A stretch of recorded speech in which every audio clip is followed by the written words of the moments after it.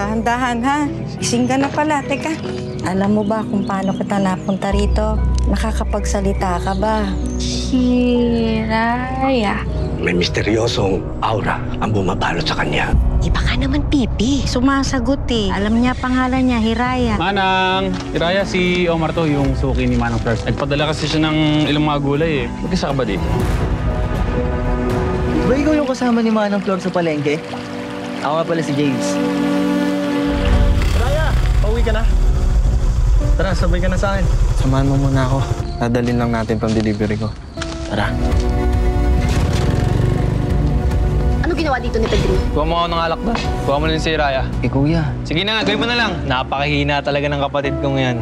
Tara.